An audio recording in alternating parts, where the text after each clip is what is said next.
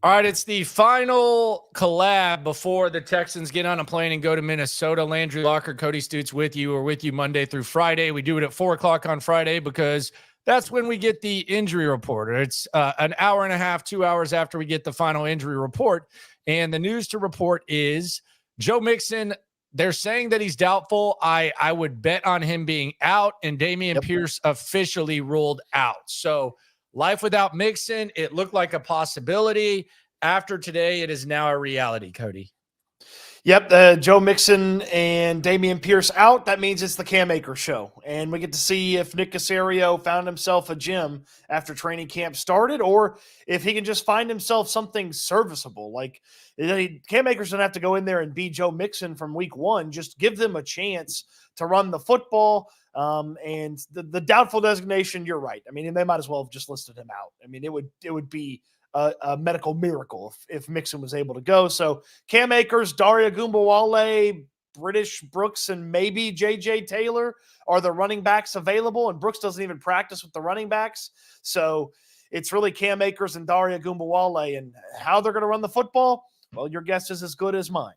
Yeah, the Dameon Pierce thing, I think people around the country that don't really follow the Texans closely, and I'm not saying this is a bad thing. I'm not being like, well, I don't know. I don't know how big of a deal the Dameon Pierce thing is. I'll be honest. If the equivalent of this happened somewhere else, I would say, oh, their top two running backs are out. But we don't even know the Dameon Pierce, and I think most people would say he's not really their second running back. That's definitely Cam Akers, and it'll be interesting to see how Cam Akers handles this role and what that role looks like. Do we see an equal carry share? Is Cam Akers getting 66%? Do they elect to play a Daria Gumbawale as much as Cam Akers because they want to pass? I think there's a possibility there as well. So I anticipate that at the very least, it's going to be like a 50-50 split, but I don't think that's necessarily what the carries are going to look like. I just think, and you might be kind of telling on yourself with Dare out there so much, but I think when they pass and when they're doing other things, they like to have Dare out there, and that's kind of what I anticipate that this looks like. I also do wonder, is JJ Taylor active? Do they decide to activate him? I think that's a possibility. I think we might see the JJ Taylor active in this game. I if he's active, I hope we don't see him on the field. I mean, it just look, Daria Gumbawale reps ahead of Cam Akers in practice. So take that little piece of information for what it's worth. And as you mentioned, they trust him a tremendous amount in the pass blocking, pass protection. And so you may see more Daria Gumbawale than you expected. They went to him at the end of the game after the Akers fumble in the Bears game. And that was going to be an Akers drive. Like, he had all of the plays except for one on that entire drive, and then he fumbles the football. He's in the doghouse. They let Daria Gumbawale run the football at the end of the game. You know, let's see if this week Akers bought back some of the goodwill that he lost with that fumble, and they trust him enough to put him in there maybe a little bit more than Daria Gumbawale. And we don't know if Cam Akers can handle a full game load. Like, I understand that he has had some moments in the preseason and he's been successful enough to make this team, but we don't know if his body can handle a full game load because he's finally coming back from those injuries that he's had, the multiple Achilles injuries. So we don't even know if he's capable of a full game load at this point too. Yeah, and we don't know that even if he is, if they're going to be able to run the ball effectively, if they're going to be able to block enough, which the chances of that do increase because it's not all bad news. Juice Scruggs back on the practice field today. Jared Patterson, questionable. So Juice Scruggs, the center, he looks like he's going to give it a go. I would lean that way. How effective is he? Does the injury hold off? But I think Juice Scruggs is going to be out there, and we'll see what he looks like. But that's a very important piece of this offensive line. You can almost make a case that he's damn near the second or third most important offensive lineman on this team. If you would like to make that case, I would be willing to at least listen to it. I just don't know how many. I thought Patterson was closer to him than he actually was. Patterson didn't look very good last week. He may not even go now because he missed practice on Friday. And so you got Scruggs back in there. That's the five guys they want. So you got to go out there and make it happen with those five guys. Tunsil, Kenyon Green, Scruggs back at center after the 1 week hiatus, Shaq Mason, and then Titus Howard. Go make it happen with those guys. And let's see what Bobby Slowick can can draw up. You mentioned the injury report, with the good news from Juice Scruggs being back. You get a little bit of a break from the Minnesota side because their second leading tackler is all of a sudden out. I mean, he got a quad injury. Pace, their linebacker, he's out, and he wasn't on the injury report all week, so he got hurt in practice, getting ready for this game. So he's out. That's their second leading tackler. They've still got Cashman and some other guys that are worthwhile there in that front seven, but you get a little bit of a break from that standpoint because he'd been playing, with his hair on fire for a couple of weeks here through the start of the season. A closer look at the 2-0s. It is S&L, Landry Locker, Cody, Stoots, straight from practice to your computer. Follow us on our YouTube channels. We got you covered on the digital beat, the two best to do it. A daily collab Monday through Friday, post-game show with myself on Sundays, and nightly streams at 10:30. I want to take a closer look at these 2-0s because I don't want to say that I saw the light, but we've been talking about how bad the Texans have played and they find ways to win ugly. And I'm not dismissing that reality, but I heard yesterday they were talking on ESPN and they were going back and forth, which is sometimes a dangerous thing to consume when you're hearing them talk about a local team that you know way more about than them. They were saying the Texans could easily be 0-2. And it kind of got me thinking, well, that's very true. Like they very easily could be 0-2. 0-2 is not that far away, which we'll see what that looks like. I think this week is going to be the most telling because it's kind of one of those that I don't know that you're expected to lose, but it does seem like a lot of things are piling up against you and you're probably playing a better team than you anticipate. But on the other end, I was talking to somebody today, and I think you were in the conversation. It was during practice, and they brought up that the San Francisco 49ers played like absolute ass, and they still had a chance to beat the Minnesota Vikings. And, oh, by the way, there was that 97-yard touchdown to Justin Jefferson that kind of prevented that. They also mentioned that Sam Darnold really hasn't been pressured very much. Teams haven't been able to get pressure on him. So I do think when we look at, both of these teams being undefeated, I think in the spirit of fairness, I think that's true with the Texans, but with the Minnesota Vikings, I also think there's a little bit of gray area there when it comes to their 2-0 start. I mean, they played one of their games with the Giants, so the Giants are pitiful. So, if they lose to the 49ers or if that game was just a tiny bit closer to the 49ers, I don't know that we're all sitting here super excited about what the team in purple's been able to put together. I mean, most teams in the NFL would have beat the Giants in week one, and you beat the 49ers, you hang on. The 49ers don't complete the comeback on you, but I mean, it's not like they have like the best 2-game resume in football. I mean, the Giants that's one of the worst teams in the mix of who these two teams have played. Like the Colts are better than the Giants, and I'm pretty sure the Bears are better than the Giants too. And so, the Vikings are hanging their hat on San Fran. And San Fran came into this one banged up. That offensive line in San Francisco, outside of Trent Williams, isn't actually that good. Like I don't know that we talk about that probably enough in San Francisco. And they beat up the 49ers a little bit, and the 49ers didn't really take advantage of some of the advantages that they do have in that matchup. And hey, the Vikings sneak one out. And I liked that happening. And you've talked about this from the beginning of the week. It kind of helps you refocus if you're the Texans. Hey, they just took care of the 49ers, who we all believe are pretty good. Let's refocus so that we're not the next team that gets upset by the Vikings. Yeah, and another factor about it that I think is interesting, and this I don't think this is relevant. I just think it's a cool fact. A day short of 3 years ago, when they kick off on Sunday, will be the last time that Sam Darnold led a team 2-0 against the Houston Texans. The last time was 2021, September 23rd, little Thursday night action, Texans versus Carolina Panthers at NRG. Christian McCaffrey ended up pulling a hamstring or something like that. And Matt Rule and them Carolina Panthers started out 3-0 before completely imploding and losing 4 straight games. 8 of their last 9 games. They ended up losing after starting out 3-0 against the Texans. So just a little interesting stat there. Well, I mean, look, Sam Darnold's got a couple of random, Sam Darnold won that football game, but he's got a whole lot more of, Sam Darnold played in that football game on his resume. Yeah.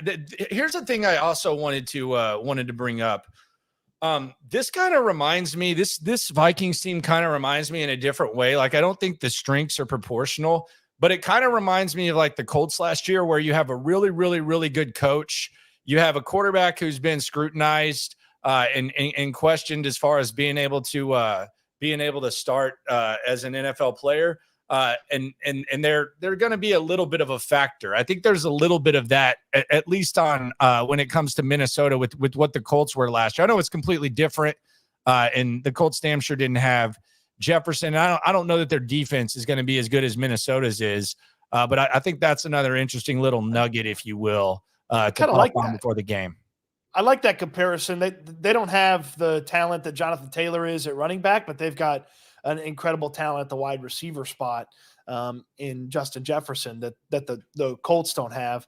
And look, Kevin O'Connell, there's a lot of respect for what Kevin O'Connell can put together and what he's accomplished in Minnesota from people in the Texans building, including ownership when he interviewed for the job to be maybe the Texans head coach a couple of years ago. So, I mean, there's a lot of respect for him. And it's very much not one of those games that's going to end up getting overlooked. Like, they should be ready for this.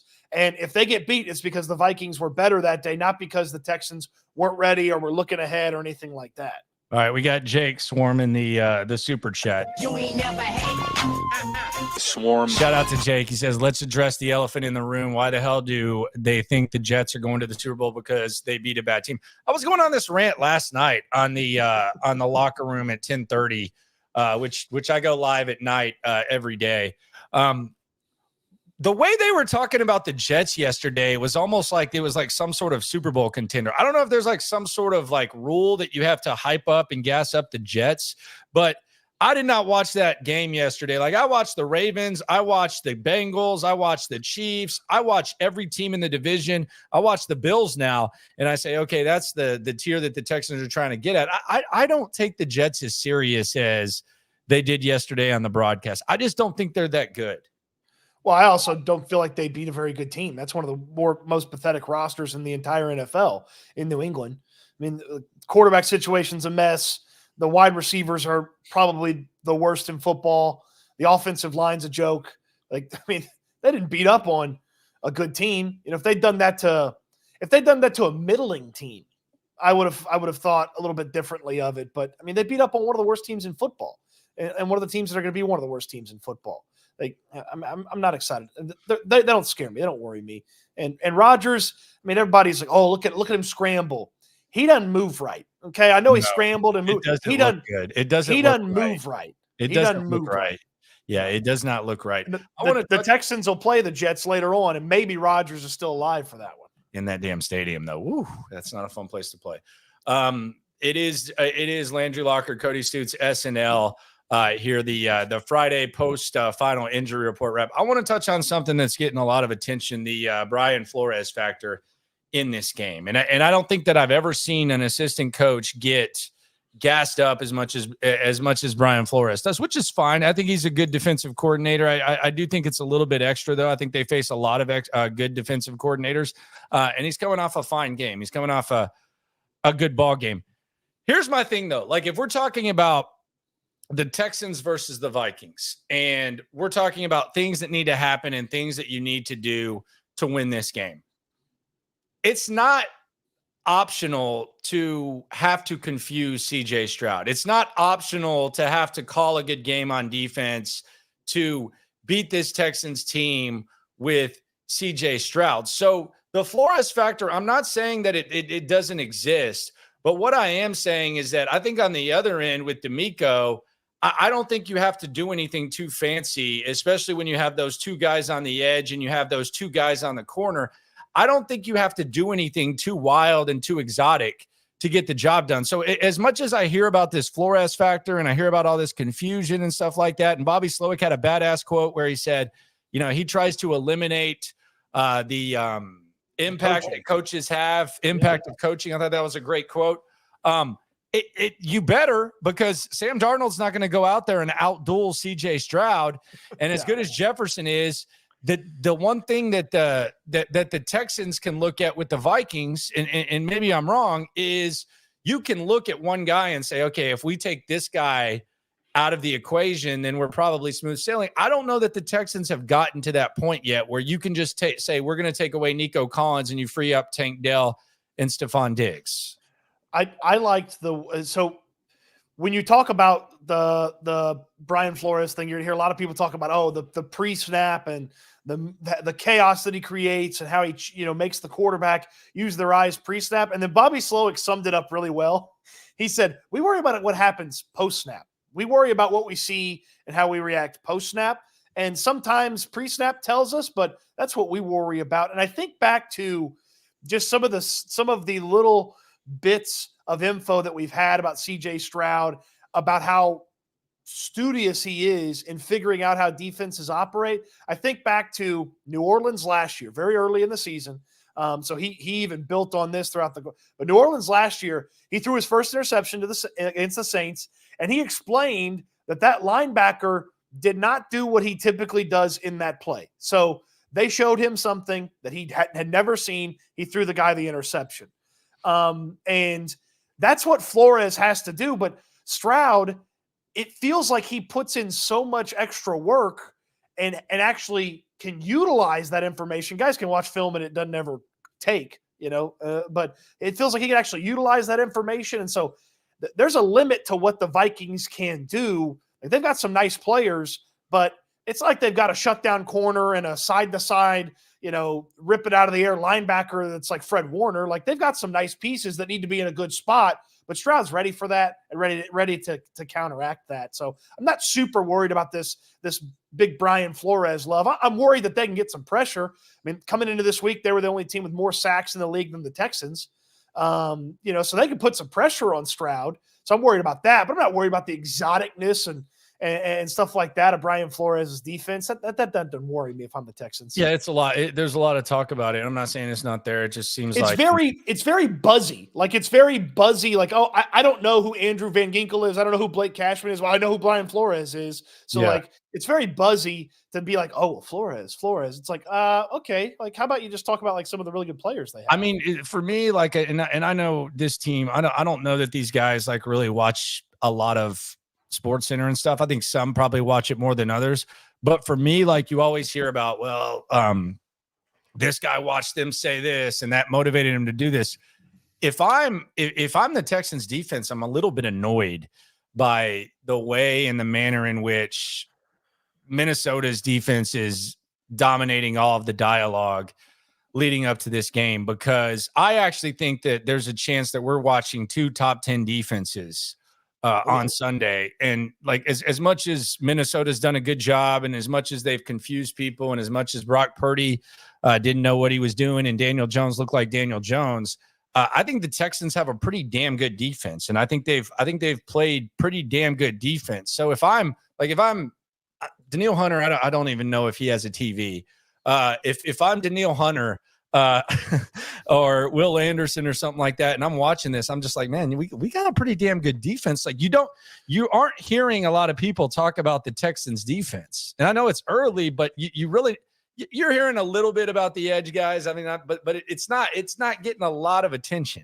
It feels like, and they just played on Sunday Night Football when the entire football world was watching.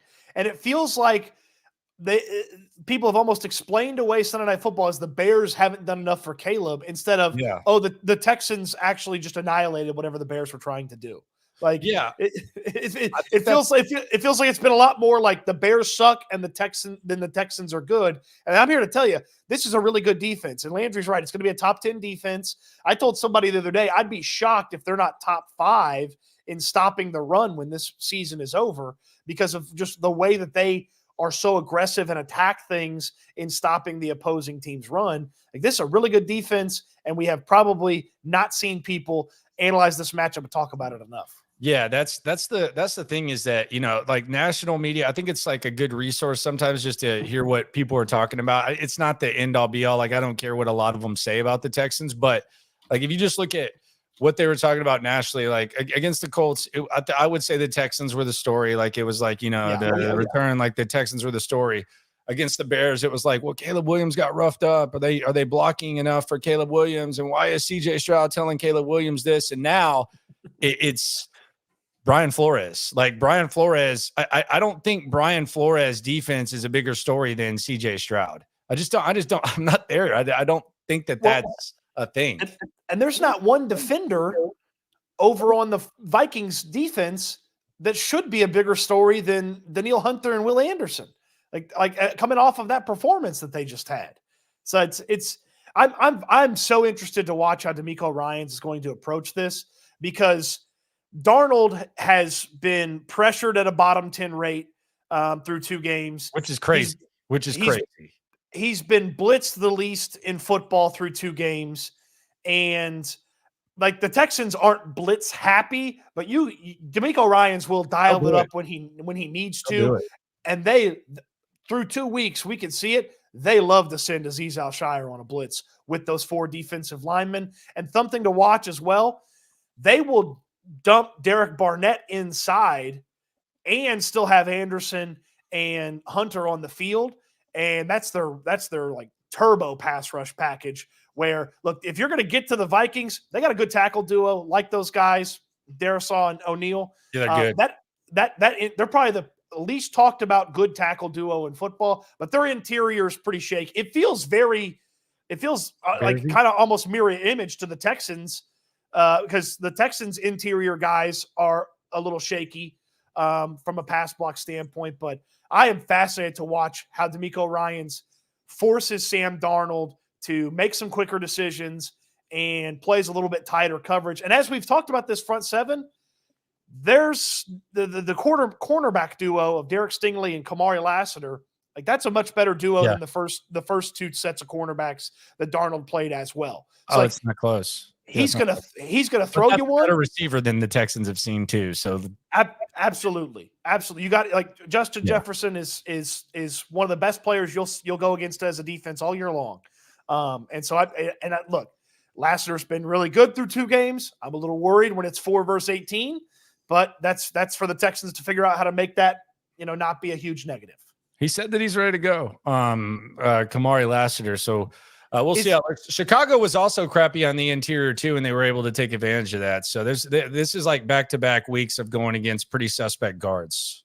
Yeah. Yes. I mean, look at Mario Edwards. Well, let's make it 3 for 3, big fella. 2 for 2, 2 game sacking streak. I guess that works. And Fadakasi's going to play. He didn't miss the first day of practice, but he practiced the rest of the week, so Fadakasi will play. So the most popular hashtag the last couple of years, and it was kind of in the news this week, has been no Diddy. Hashtag no Diddy. A lot of people saying no Diddy. This Sunday, Texans got a little remix for you. I don't know if they've made the shirts or not. I don't know if they don't take my advice in the PR department. They feel like they got the swag lined up. But this Sunday, it ain't no Diddy. It's hashtag no gritty. You gotta keep Justin Jefferson out of the end zone, man. You have to. If the 49ers stay at home as bad as they played, they win that game. The 97-yard touchdown was the difference in the ball game. Stingley and Lassiter, I think you feel pretty good about these guys, but I would say this: it doesn't hurt to help. It doesn't hurt to help a little bit when that guy's there. Now, the hard part about it, and DeMeco brought this up earlier this week, he moves all over the place. So yes. remember this? I'm old enough to remember, and I would only have to be about 4 years old, not even in kindergarten yet. I'm old enough to remember when Justin Jefferson was supposedly just a slot receiver coming into the league. I'm old enough to remember that. Now, people didn't factor in that he had Marshall and Chase out there, so they just kind of put him in the slot because he was good. But I'm old enough to remember when I think he was the 5th receiver taken in his draft, and he was just a slot receiver. I bring that up not to sit there and call anyone out on draft takes, because I've had bad draft takes on my own, but I bring that up to say it just shows that we're used to seeing this guy line up as the X and dominate, but he also moves in the slot and can dominate. He is awesome. I'm also old enough to remember when everybody's favorite or social media's favorite general manager, Howie Roseman, selected Jalen Reagor in front of him. Thank God he did. You imagine if he hadn't? Good God. They probably would have never traded for AJ. So Jefferson, left side of the field, right side of the field, slot. They run him on short stuff. They let him just go deep, like you mentioned, against the 49ers, where, I mean, we're 2 weeks removed from Alec Pierce getting behind Jimmy Ward. So I do worry about Justin Jefferson getting behind Jimmy Ward. But it will be a really, like, that's the chess match. Like, he's the queen that can do so much for them. Like, how do you stop him if you're DeMeco Ryans? Okay, we don't stop him. Well, how do you keep him from beating you? Well, force Darnold to, if he wants to throw it to Jefferson, make it a difficult throw. There were so many, watch him back to San Francisco, there were so many easy throws, including throws to Jefferson, that Darnold could just, make him a cup of tea and then make the throw. Or just little quick, easy stuff out to the side. Like, don't let it be easy. If he wants to get it to Jefferson, make it as hard as possible to get it to Jefferson. You'll still lose some of those. He's still going to get the ball. I did find it interesting, Landry. We've heard this probably 4 times from like 4 different people on the Texans this week. He's 50% of their offense. Yeah, that's a lot. Like, he's 50% of their offense. So if you can solve him for a quarter and a half, like, you should be on your way to keeping the Vikings off the scoreboard. He also appears to be kind of quarterback proof, like DeAndre Hopkins. He's a better player than Nuke was. No disrespect, both are elite, but he's also appears to be quarterback proof as well. So I think that's another thing about Jefferson that is interesting, is that he is quarterback proof. The other thing about this San Francisco game, and we appreciate y'all for joining us on the Friday edition of S&L here on YouTube. Landry Locker, Cody Stoots with you. Post-game show, 3:15 in the locker room. Cody Stoots will have his video as well. And H Football always holds it down. The other thing about this is I like Brock Purdy. I don't want to dismiss Brock Purdy. I don't want to say Brock Purdy's not good. I don't want to say Brock Purdy's not really good, but there's going to be weeks in the NFL where elite quarterbacks are going to have to gut it out for their team when the A game isn't there. And I think even some quarterbacks who aren't elite, like, they can find ways to gut it out whenever it's ugly. I think Deshaun was really good at it during his time here as well, up till 2020. I think he was good at doing it. I think we've seen CJ do it twice now this season, and we've seen him do it before. I don't think that Brock Purdy is that guy. If everything's like going bad, I don't think that Brock Purdy is just one of those guys that's going to gut out a win. And I think CJ Stroud, with the way that he's able to extend plays, I think he is one of those guys who can do it. So that's kind of the difference. Like, when the Vikings are able to confuse Brock Purdy and get to Brock Purdy, I just think it's a little bit different with CJ Stroud. Purdy's an operator, not an elevator. I mean, he can operate. Say that again, Charles. Say that again, Jaworski. Purdy is an operator, not an elevator. Reference. What's that? Is Jaworski kind of a dated reference? Am I kind of dating myself? Man, I wonder. I mean, it was some rough times there at the end, but Jaws still has a little juice to him. They could still put him on at 2:30 with Sal Paolantonio, 2:30 a.m. if they wanted. I love that NFL matchup show. It was a good one. That was a really good one. But I think that's well said by you. Now they got a couple of dudes looking at their computers, spitting advanced stats to you on the TV all the time. Or Dan Orlovsky saying whatever the hell Dan Orlovsky's saying for the week. But so when things are going well, Purdy's got a really high floor. And in that offense with those weapons, he can deliver. He can keep the train on the tracks. He can keep it running on time. He can deliver, and he does it really well. But when stuff's not working, when Debo's banged up, when Kittle's not 100%, when they can't pass block, what's Brock Purdy doing? Well, he's falling apart. We saw that against Minnesota. What does CJ Stroud do? Oh, I'll just drift, keep this play alive. Oh, there's Nico, because we have this insane connection where I can just drift to keep a play alive, and I find Nico Collins for a first down.